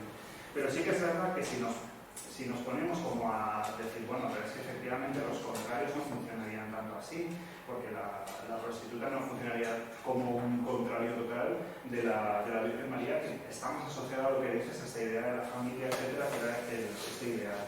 Estoy completamente de acuerdo, pero no se puede denigrar a una mujer ascendiéndola a un comportamiento masculino. Se puede, y por supuesto se decía, y marimacho, tortillera, con este tipo de cuestiones que se decían, por supuesto que sí, pero que servía al franquismo a la vez para alimentar el estigma de la prostitución. Porque por supuesto que tenía que haber prostitución y la hubo, con independencia de las leyes. Pero eso sí, tenía que estar estigmatizada y controlada por los estados. Yo sí creo, y estoy de acuerdo contigo, como que lo opuesto directamente, como lo opuesto al buen varón era el varón afeminado, lo opuesto a la buena mujer era la mujer masculina, por supuesto, porque era un desafío. Lo que pasa es que era un desafío que al franquismo como estigma no le interesaba más estigmatizar el comportamiento de la sexualidad asociada a los valores familiares y tal, que al comportamiento masculino, porque al fin y al cabo también de esta manera idealizaba el propio comportamiento masculino, ¿no? Creo que no hay como varias variables, pero yo sí estoy de acuerdo contigo, en que además esta propia la estigmatización del trabajo sexual sí que era muy visible y sin embargo la estigmatización de la masculinidad de las mujeres tenía que permanecer más invisible, creo, por cómo se desarrollan los textos de las leyes y cómo se habla de estas maneras, ¿no? También porque creo que la puta se asocia siempre a una sexualidad exacerbada y a una provocación, ¿no? Y las mujeres también tenían que estar muy controladas en la imagen del pacatismo, de ser absolutamente capaz. Creo que también iba más por ahí, pero que efectivamente esto no significa que la mujer masculina no fuera también un estigma, por supuesto que lo era. ¿Vale? Sí. Yo tengo una pequeña apreciación que no sé si tiene alguna razón, además del contexto de aperturismo y de turistas y demás, porque en un principio vemos como los discursos en cuanto a la homosexualidad pues dicen de no ser femenino, porque es marica, porque no sé qué. Pero luego Sabater Tomás dice, son grupos violentos, armados. ¿Cómo cambia el discurso? ¿Qué está pasando en este momento para que se dé la vuelta? Y se presenten esto de grupos armados, violentos, casi varoniles. ¿Cómo cambia la apreciación de estos grupos? Lo que pasa es que son décadas distintas, claro. Entonces, este es un momento de apertura. Se tiene mucho miedo a lo que se llama el turismo degenerado. Lo que pasa es que esto es un argumento como que viene a posteriori, no viene más bien como en los 67 o así, y Sabater Tomás escribe esto en el 62. Esto solamente es un fragmento de un capítulo muy sesudo, sobre el que no hay absolutamente ninguna fundamentación. Es decir, se trata de vincular a esta categoría con la peligrosidad, como sea, alcanzando todo tipo de argumentos. Es decir, Sabater Tomás no cita ningún tipo de caso, ningún tipo de fuente, ningún tipo de investigación ni nada. Es sencillamente una retahíla de van armados, son brutales, son sádicos. ¿En qué te basas? En mi propia autoridad para decirlo, ¿no? No hay ningún argumento. Es decir, sólido o basado en algún tipo de caso, ¿no? Eso no lo hay. De todas formas, sí que es verdad que empieza a haber como una vinculación con la criminalidad que va más allá de la propia homosexualidad, que en sí misma era criminal, el acto homosexual de la sodomía era crimen en sí mismo. Pero se empieza a dar como esta deriva hacia no, es que es un impulso que lleva más criminalidad porque es un impulso como irrefrenable, entonces delinques o matas por la propia homosexualidad que no la puedes dominar. Esto se da tanto desde la corriente más franquista como Sabater Tomás, que da toda esta explicación sin ningún tipo de apoyo ni de cita, pero también se da en contextos de clandestinidad comunista. en el que no se habla de son criminales y van a matar, pero sí se habla de son fácilmente delatores los homosexuales. Por eso hay determinadas, por ejemplo, tenemos el testimonio de este poeta, sí, el sobrinísimo de Hildebrand, maestro, gracias. Sobrinísima. Tíísimo. Que a él efectivamente no le expulsaron, se dice que lo expulsaron del Partido Comunista, ¿no es cierto? Sí, pero no le dejaron entrar. Porque se tenía esta idea de que el homosexual era fácilmente chantajeable. Porque se te van a amenazar con sacarte del armario, entonces tú vas enseguida a delatar a los grupos clandestinos. Entonces, a partir de esta deriva que, si la pensamos, es absolutamente racional, pero dices, bueno, tiene una causa-efecto sintáctica que puedo entender, los argumentos que plantea Salvatore Tomás vienen de una homofobia muy, muy ciega, que no tiene precedentes salvo en Mauricio Prada. Solo en relación con esto, pero es que me llevas a otro asunto. Esa homofobia era tan ciega que el Partido Comunista de España, visto desde otro punto de vista, todavía a principios de la transición negaba la homosexualidad de Lorca. Lo presentaba como una víctima asesinada por el fascismo, pero negando radicalmente su homosexualidad.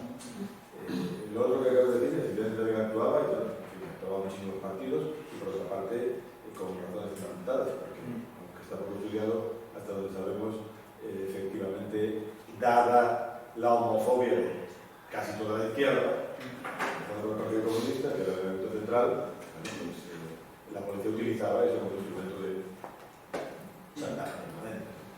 Pero digo que hay que tener también en cuenta esta otra circunstancia, que no recuerdo, hace poco lo leí todavía, pero yo creo que hasta entrado en los 80, el Partido Comunista de España no abandonó esa defensa de Lorca, cuando justamente, si uno se pregunta, y una pregunta que aquí en nuestro grupo de investigación no pocas personas se hacen, ¿no? ¿Por qué los mataron en el 36? Bueno, si uno revisa todo lo que está alrededor de Lorca, la razón fundamental es biopolítica desde mi punto de vista. Es que era una amenaza en sí misma, intrínseca. No tenía nada que ver con la ideología, sino con la posición en el espacio público de alguien como él, con todo lo que hacía. Decía, presentaba sin ningún tipo de complejo. Y que, digamos, desde la oposición del Partido Comunista todavía en la transición mantenga este argumento, bueno, yo creo que no lo pretendo juzgar ni criticar, sino que es ilustrativo de un tipo de mentalidad, de la profundidad de esa homofobia. Sí, hay un libro perfectísimo que se llama Los dirigentes marxistas en sus programas, el 37, que es una entrevista que se hace a todos los dirigentes de partidos políticos de la izquierda que en un momento iban a presentar a las elecciones. Y ahí hay muchísimos de ellos, que son todos varones además, son las preguntas para todos, y una de ellas es qué opina de la homosexualidad, qué opina del feminismo. Y bueno, pues hay efectivamente muchísima más homofobia y machismo de lo que podemos suponer de sorpresa, ¿no? Pues sí. Pero respecto a lo que decías concretamente, hay un avance también en los estudios psiquiátricos. Es decir, un avance en general, que hay nuevas formas de hacer psiquiatría. Y entonces se investigan, porque es una figura muy interesante en el extranjero, pero se empiezan a traducir un montón de libros, la homosexualidad como una psicosis. Entonces, se entiende de alguna manera que hay episodios psicóticos que vienen producto de reprimir la homosexualidad. O episodios de histeria, en el caso de las mujeres, por deseos homosexuales reprimidos. Entonces, a partir de ahí se puede generar como esta idea de decir, es que si tienes un episodio psicótico por esta homosexualidad, no vamos a decir que la culpa es de la sociedad, ¿verdad? Porque esto no puede ser, sino que la culpa es de la homosexualidad. Y entonces puede que potencialmente seas peligroso porque tienes episodios psicóticos. A partir de ahí se pueden generar otro tipo de argumentos. Sin embargo, esta es una literatura que es Hauser, que es gente que escribe la sociedad homosexual. Todos estos son fragmentos que tengo desarrollados en el libro. Y es una corriente que empieza a entrar en España, sobre todo en los finales de los 50, 60. Y se podría justificar como este cambio a partir de ahí. Sin embargo, no estoy seguro, a pesar de que sí, Salvador Tomás sí que cita a Hauser, sí que cita a Schneider, pero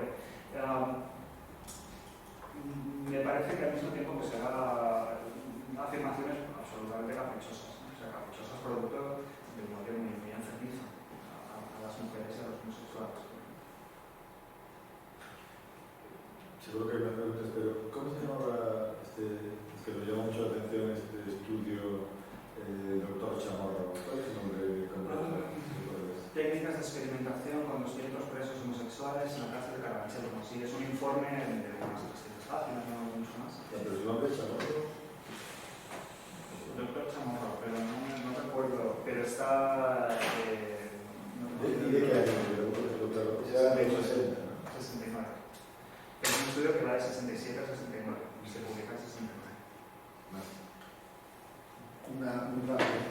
Disculpo que casi me tenía que marchar ahora, pero es que estaba pensando una pregunta todo el rato, ¿no? y que te quería hacer, aparte de agradecerte mucho la intervención, que me parece muy interesante.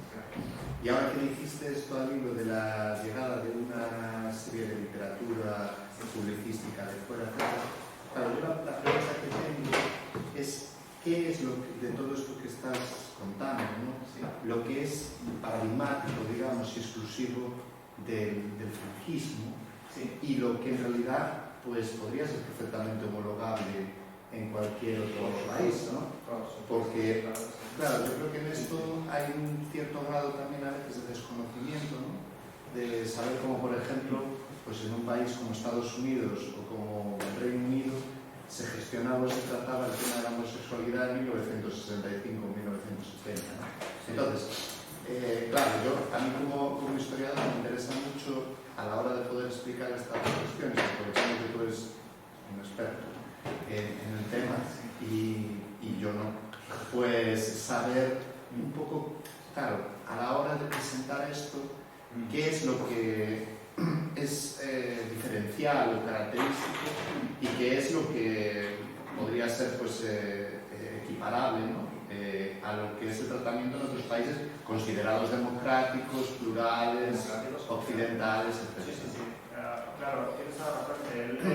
Lo que es específico del contexto español es un contexto muy específico, es muy católico. Eso no era tan así en otros contextos. Sin embargo, contextos democráticos como decimos sanitarios, como el español, como el Reino Unido, había terapias correctivas por electroshock que en las cárceles o en los centros de internamiento que en España no había. López Ibor, que escribe verdaderas barbaridades sobre la homosexualidad, presenta sus tesis en congresos internacionales donde nadie le dice que usted está diciendo, porque yo sé cosas en absoluto. Es decir, son temas que se contemplan de la misma manera. Es cierto que los textos científicos y jurídicos españoles son muy interesantes porque están muy impregnados de catolicismo. Y esto es como la cosa más específica española. Pero, de hecho, el López Ibor se supone que habla de lobotomías supuestamente hechas a homosexuales y que dijo esta frase que además citó Lamo de Espinosa en un libro del 83, diciendo que López Ibor había dicho en un congreso en San Remo en el 72 que había realizado una lobotomía a un varón homosexual y que presenta pérdidas de memoria, pero que ese se ha sido traído por mujeres. Esta cita de Lamo de Espinosa, es verdad que ese congreso se produjo, es verdad que López Ibor fue, él y su hijo, y hablaron de las prácticas de cirugía cerebral. Y además este congreso de San Remo fue precisamente por esta conferencia de López Ibor lo que unificó lo que se considera el primer acto del movimiento por la emancipación homosexual italiano, porque fueron allí a protestar y a reventar el congreso. Esto pasó, eso es verdad. Efectivamente, que él dijera que recomendaba los lobotomías cuando López Ibor era conductista, eso es muy raro. Eso es una cosa que quizá un poco, yo sin desmerecer Ramo Espinosa igual se lo inventó un poco. Porque luego, es verdad, porque es más sencillo, más fuertes, que no existen y que yo he buscado hasta la saciedad. Me fui a San Remo, al archivo del Instituto de Sociología, a buscar las actas de este congreso. Las encontré, las estudié, no hablan en ningún momento de esto. Puede que López Ibor lo dijera así, ¿quién recoge? Bueno, esto es un dato que después ha corrido que todo el mundo dice que López Ibor se economía sin pagar homosexuales, no es verdad. Pero es decir, que sí hablaba de estas prácticas y sí que condenaba la homosexualidad como una patología en San Remo y también en congresos alemanes, y compartía con colegas de otros países, y esto no era nada que a nadie le escandalizara en absoluto, ¿no? Y de hecho en España había prácticas de electroshock y de estas descargas con punzones en los pies, sobre todo se hacían en clínicas privadas fundamentalmente. El franquismo no tenía dinero para invertir en torturas a homosexuales, torturas que se consideran torturas, no en España todavía, pero por ejemplo en Reino Unido sí se consideran estas prácticas torturas, y contextos democráticos desde Europa lo hacían de una manera que el franquismo no lo hacía, por ejemplo, ¿no? Es decir, no era en absoluto algo exclusivo del franquismo en muchos años. ¿Maíz?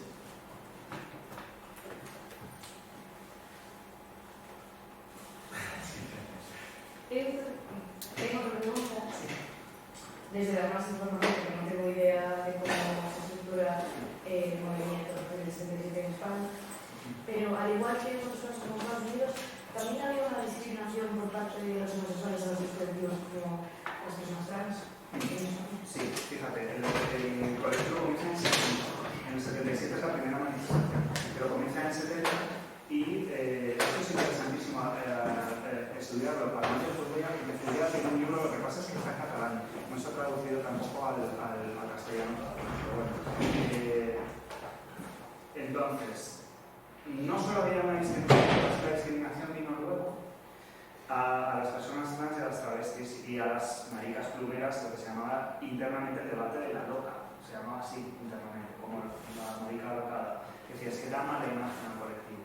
Pero no solamente eso, sino que en un principio Armando Fluvià lo primero que hizo como activista fue mandarle una carta al obispado a decir, pero bueno, si somos homosexuales, pues somos cristianos, somos gente fenomenal, muy devota, nos dan nuestro apoyo. No recibió nunca respuesta, obviamente. pero fue a partir de estas reuniones cuando hay una mujer feminista que nunca se supo quién es, porque tenían que vivir una clandestinidad, porque además militaba en el Partido Comunista. Entonces ella sí que se presentó como Amanda Klein. Nunca se supo quién es Amanda Klein, lo saben la gente de los títulos. Pero fue la que se introdujo en el movimiento y les explicó, no eres católico, ya te digo yo que no. O sea, esto tienes que hacer una crítica desde la teoría marxista, tienes que hacer una crítica socialista y sobre todo tienes que hacer una crítica feminista. Entonces, Armando Fluvià siempre reconoce a Amanda Klein como la que abrió los ojos a cómo se tenía que articular la lucha. Es que de hecho todos los grupos de activismo por la emancipación homosexual se llamaban frentes. Era toda una concepción socialista a partir de esta mujer que entró en el feminismo, del socialismo y del marxismo. Pero cuando el movimiento va cobrando fuerza y cuando el movimiento organiza los movimientos, porque empieza a haber varios en distintas ciudades, y se organizan manifestaciones que son muy masivas, en estas manifestaciones las primeras eran, como siempre, las mujeres trans, las putas y las travestis. Y desde las cúpulas de los frentes se les empieza a decir, poneros más atrás porque no queremos que nos vinculen a todos con la imagen de la loca, porque esta nos desprestigia. Lo que queremos es integrarnos. Entonces empieza a existir este debate entre la ruptura o la integración. Y eso es precisamente lo que critica la Ocaña en este documental de Ocaña Retorno, ¿no? Que dice no me interesa, no lo dice de manera erudita, lo dice de una manera muy orgánica y natural, es decir, ¿por qué estamos luchando? Porque haber un sistema que es la causa de toda esta represión. Yo no quiero caber en este sistema, quiero romperlo, ¿no? Sin embargo, la vertiente negrana, pues bueno, es lo que el sistema en este momento puede asumir como para ampliarse, como ha ocurrido con el post-Stonewall, como ocurre con todos los movimientos que empiezan con una ruptura verdaderamente con un potencial transformador muy grande, pero que después se tienen que adaptar para llegar como a un acuerdo de mínimos que se dice siempre que es lo posible, ¿no? Entonces, sí, se crean estas divisiones, y ya no solamente entre categorías, sino que entre propias disidencias ideológicas. Corriendo.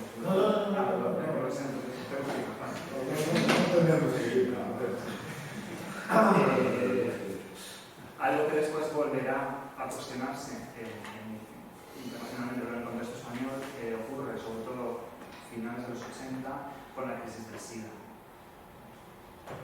La crisis del SIDA, que genera el movimiento queer, que es un movimiento que precisamente cuestiona esas alianzas por categorías. En España pues ocurre lo mismo, ¿no? Es decir, estamos de pronto diciendo que tenemos que ser homonormativas para poder conseguir derechos y ser reconocidos como sujetos, y de pronto la crisis del SIDA genera otro tipo de alianzas porque nos volvemos a ver todas, con independencia de las categorías, en unos márgenes, en un sistema de centro y de periferias, ¿no? Sí. Bueno, yo tengo la pregunta, pero a mí me gustaría dar oportunidad a las personas que no hablar. Me gustaría que pudieras hablar un poco más, ¿no?, de la despenalización desde el punto de vista de la psiquiatría de estas sexualidades, subalternas, ¿no? Porque estaba pensando, por ejemplo, en todo el movimiento de la psiquiatría y los casos de Hope, por ejemplo, aquí en Concho, o el especial Blanco, etc. Y que yo recuerdo no hace mención directa al tema de la homosexualidad o todo este abanico de sexualidades, sino que van por otros ámbitos más radicales, ¿no? Del loco. Entonces, pues si pudieras hablar un poco más de eso, desde cómo se ataca este tema, cómo se introduce, cómo se despenaliza. Claro, es que la despatologización es un proceso es complejo como proceso, porque son cuestiones que se deciden y se votan en la APA, entonces se decide y se vota, y hay una mayoría contextual que decide que esto no es una enfermedad mental y deja de serlo hasta que haya una próxima reunión que se decida que sí lo es. Entonces, claro, esta noticia llega de la despatologización de la APA, que no de la OMS, yo creo que en los 70 a España. Sin embargo, por ejemplo, fijaos ahora toda la cuestión que hay con el tema de la despatologización trans, ¿no? Está ocurriendo también. Entonces, esta necesidad de que haya una estructura médica que avale efectivamente una experiencia para poder recurrir a un tratamiento, para poder recurrir a una iniciación como sujetos, yo creo que forma parte de toda esta dinámica de los discursos psiquiátricos y científicos en general, a los que tenemos asociadas la generación de identidad. Entonces, ¿hay una crítica a este respecto? Por supuesto, la hay. Sin embargo, la despatologización también pasa. Hay un libro del 77 que se llama La homosexualidad de los juristas opinan. Entonces, una serie de entrevistas a determinados juristas que han participado o bien de leyes que quieren ser progresistas o bien de leyes reprobadas, como el caso de Sabater Tomás. A Sabater Tomás le entrevistan y dice, pero usted dijo que la homosexualidad era una enfermedad. Y Sabater Tomás dice, no, yo nunca he dicho eso. Hombre, usted dijo que era contagiosa. Y dice, bueno, contagiosa no me refería exactamente a contagio. Me refería al proselitismo. Esto es complicado. Entonces parece que hay como una hibridación a veces de los lenguajes entre enfermedad, contagio, contaminación, proselitismo social, etc., que en esta época están como si fuera en un caldo. Entonces está todavía por determinar hacia dónde se va a ir.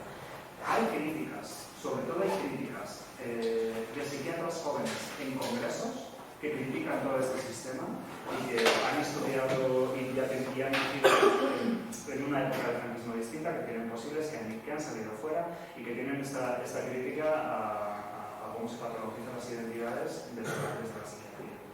En congresos a los que yo he tenido acceso porque ha sido el motivo de la investigación y ir a ver y a leerme las actas de ese congreso y tal, el alcance que eso pudiera tener, en ese momento prácticamente ninguno.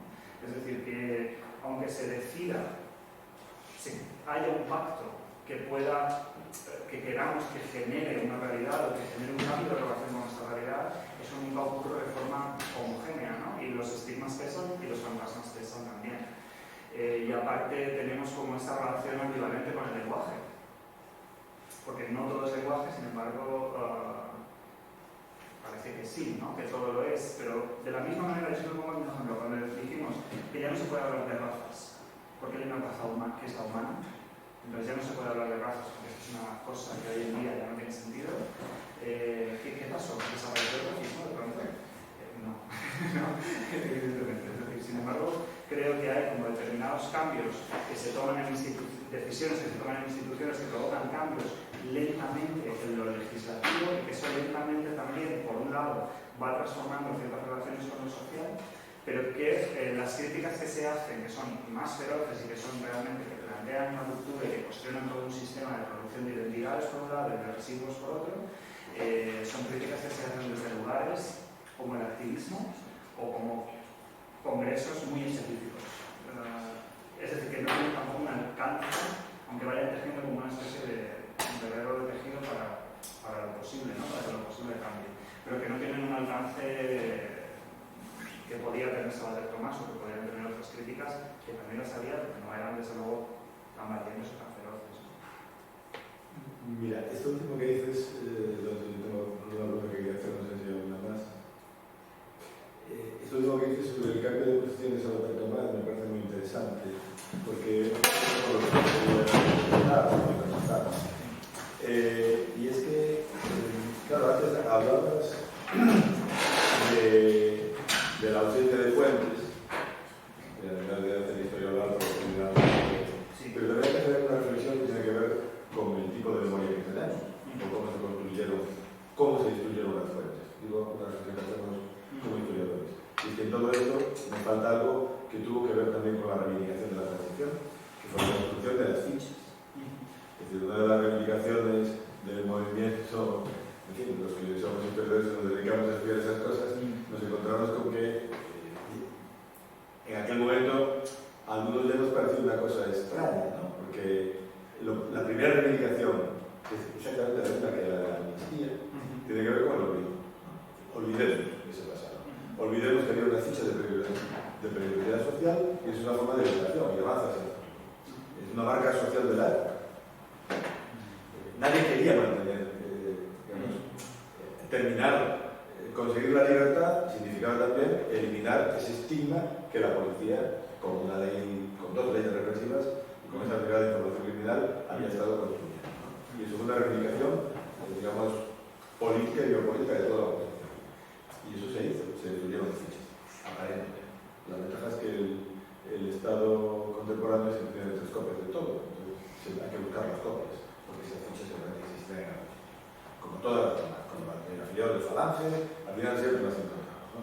Digo esto porque a la hora de interpretar el olvido, y esto lo dedicamos en este ciclo, ¿no? A los incómodos, era tan incómodo ese pasado que era presente, se quería hacer futuro, y la forma de romperlo era destruir esa ficha, ¿no? Como reivindicación, digamos, progresista y política. Y eso yo creo que es algo que hay que tener en cuenta para situar en su contexto el tipo de movilización. Una reflexión que me da cuenta como historiador, ¿no? Y creo que es importante. Otra reflexión es que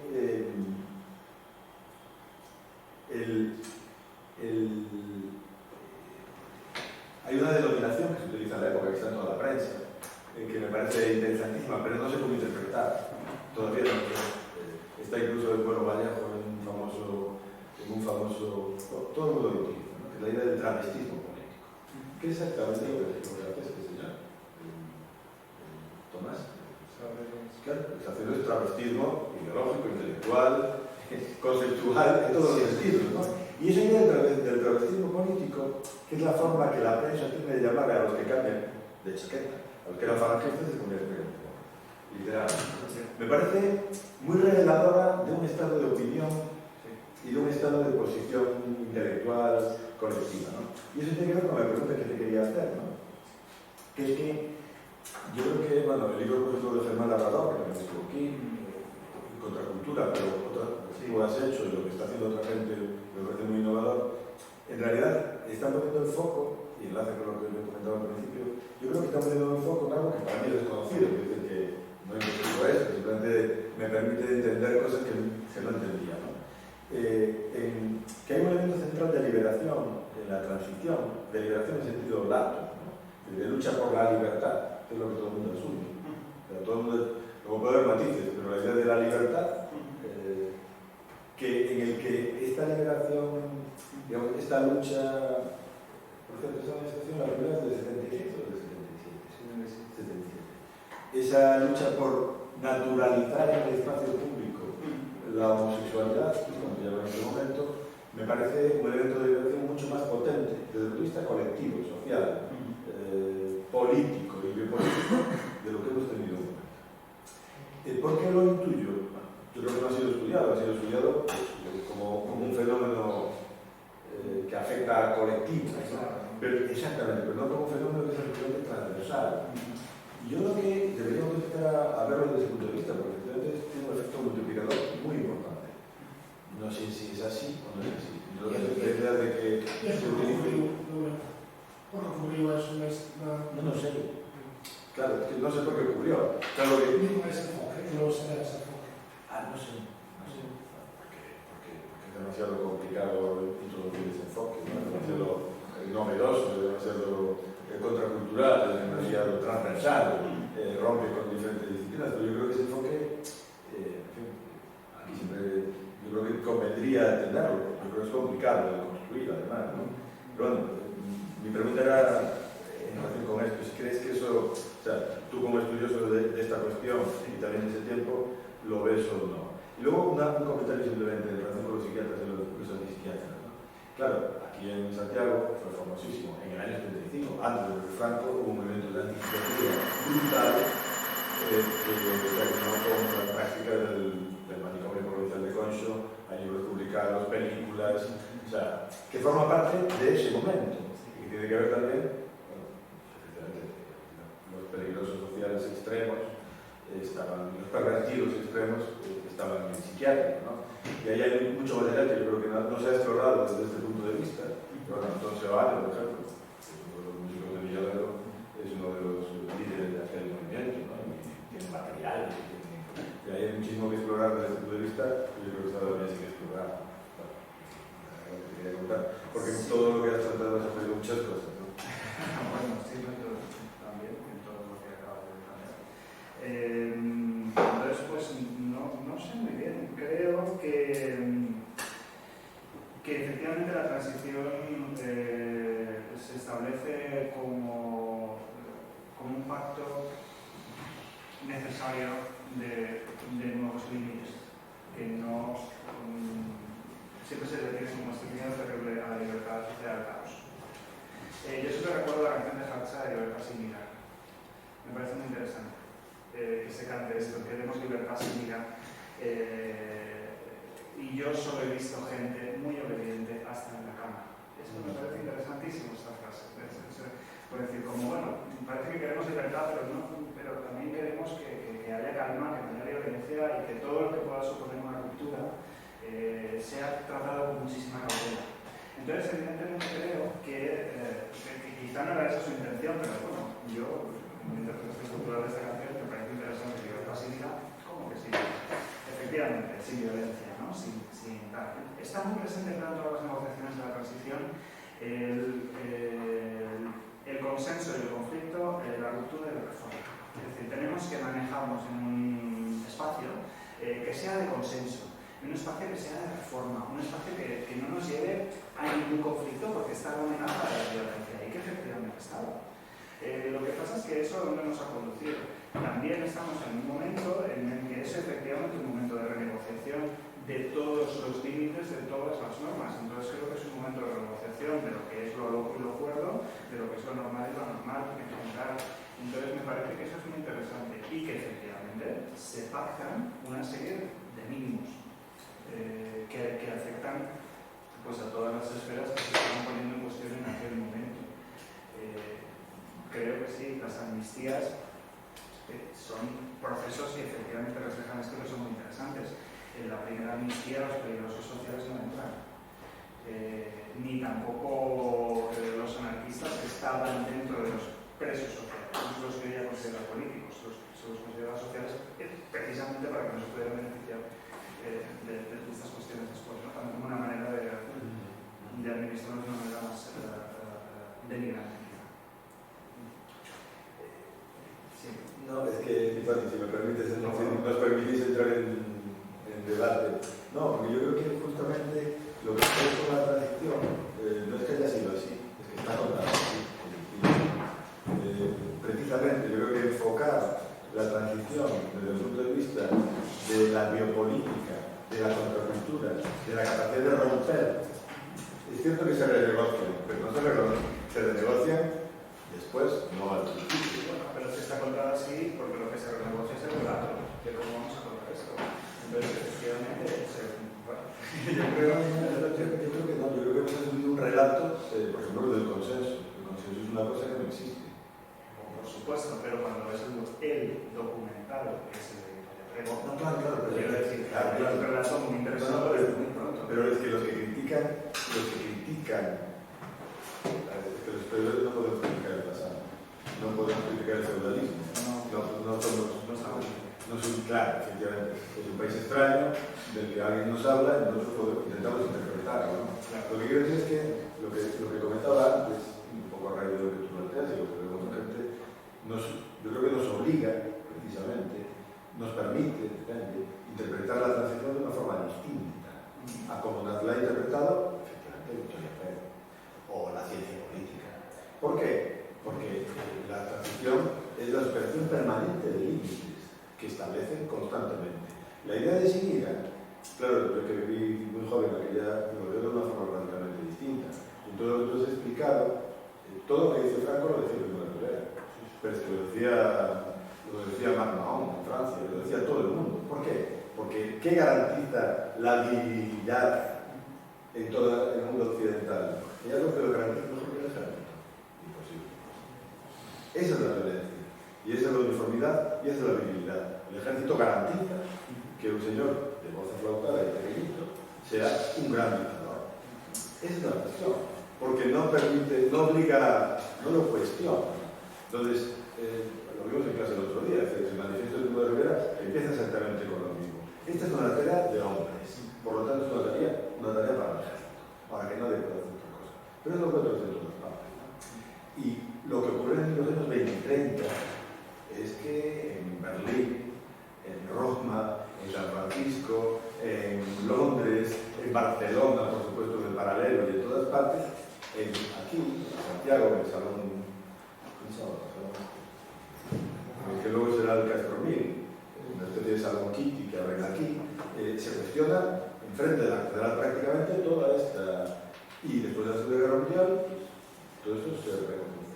Y la transición, precisamente, de lo que pasa es que, evidentemente, luego se renegocian los límites, pero en principio se superan todos los límites establecidos por todo el mundo, incluido por todo el mundo, que era lo que decía antes. Claro, en la hegemonía cultural y política de la oposición y del protestantismo, no estaba previsto toda esa ruptura ni el resultado electoral del 77, ni la segunda amnistía, ni la derogación de la ley de previsión social. Yo creo que no estaba. Y es tan fuerte la marea ciudadana, la marea de protesta y la marea contracultural que reborda todos los límites. Yo creo que esa interpretación, desde la que algunos estamos empezando a hacer sobre la transición, evidentemente no está hecha y se refuerza desde esta mirada, desde su mirada. Es decir, yo creo que refuerza, o sea, esto que acabas de contar de cómo este señor, Belarmino, Sabater Tomás, claro, porque yo no era capaz de entender, y perdón por esta confesión, no era capaz de entender ese tránsito de la ley de vagos y maleantes, que incluye la homosexualidad de pronto, a esa ley de periodismo social, que era terrible. Es una cosa brutal. Entonces, en plena apertura del franquismo, entre aspas, nunca se habla como sí, solo sí mismo. En plena apertura del franquismo, de pronto aparece la ley más dura en términos biopolíticos, la más imposible. Y a la vez, estas imágenes de Por favor, o del caso, no sé si hablan del caso, ¿no? Que en realidad lo que nos está contando es otra cosa, que lo que la gente quiere es apreciar. O sea, eso tiene una doble lectura, ¿no? De la fuente. Los presentan como monstruos, pero los presentan, antes eran impresentables. Y eso, Yo creo que es... ahí hay algo que no logro entender. Yo creo que has hecho una cosa muy interesante que es qué curioso que ocurre, qué extraño que ocurre a la vez que ocurre una apertura. ¿Por qué pasa? ¿Para quién es la apertura? Es de cara al exterior. Entonces, si nos vamos a abrir al exterior, de cara al interior, tengo que mantener un control muy férreo. Sí, pero yo creo que eso, como dices, Entonces, yo creo sí. que los dispositivos de género son el más férreo control del Estado como una manera permanente, porque no nos puede ir a la esfera. Podemos estar todos de acuerdo, puede estar de acuerdo Tierno Galván y puede estar de acuerdo Tierno Galván. Estamos todos de acuerdo que hay que mantener unos dispositivos de género controlados. Entonces, creo que es más fácil que estas cosas que se naturalizan atraviesan y perduran de alguna manera. Entonces, también creo que si se establece que tiene que haber un control para la población y que es eficaz, aunque lo dijeran o lo pensaran en nuestros términos, utilizar el género como dispositivo de control y organización, que esto perdure en un momento en el que efectivamente se transgreden muchísimos límites, ¿de acuerdo? Y muchos límites respecto al género y al sexo, por supuesto. Quiero decir, el movimiento feminista en los 70 es una cuestión absolutamente embriagadora y responsable, ¿no? Es verdad, pero que después hay cuestiones que efectivamente se mantienen. Y se mantienen porque creo que no entran en el espacio de lo que podía ser criticable o transgredible, porque podría suponer un caos demasiado grande. Y la izquierda, en ese sentido, no iba a aceptar por ejemplo, aquí, que podría ser el líder histórico contemporáneo de la OPG, ¿no? Sí. Que podría ser candidato a presidente de la Junta, que nunca lo llegó a ser, pues homosexual. Claro. ¿No? Y en algún momento era así, creo que, bueno, no sé tampoco la frase, pero no, como decía a sus compañeros de partido, no voy a hacerlo porque ya sabes que tengo esto, me pasa algo. Entonces el resto de compañeros, digamos, en esa izquierda, en la izquierda turista revolucionaria, no iban a aceptar como homosexual, bueno, ni a ser candidato. También había otros frentes que sí, que también había organizaciones anarquistas que no tenían como absolutamente nada que ver con esto, sin embargo. Pero no se presentaba a los No se presentaba. Que también hace un control también, el tío político de izquierda también de... Bueno, ahora sí tengo que echarlo, perdón, pero es que eso, bueno, es muy... Intentaremos continuar en todo caso, porque creo que abres aquí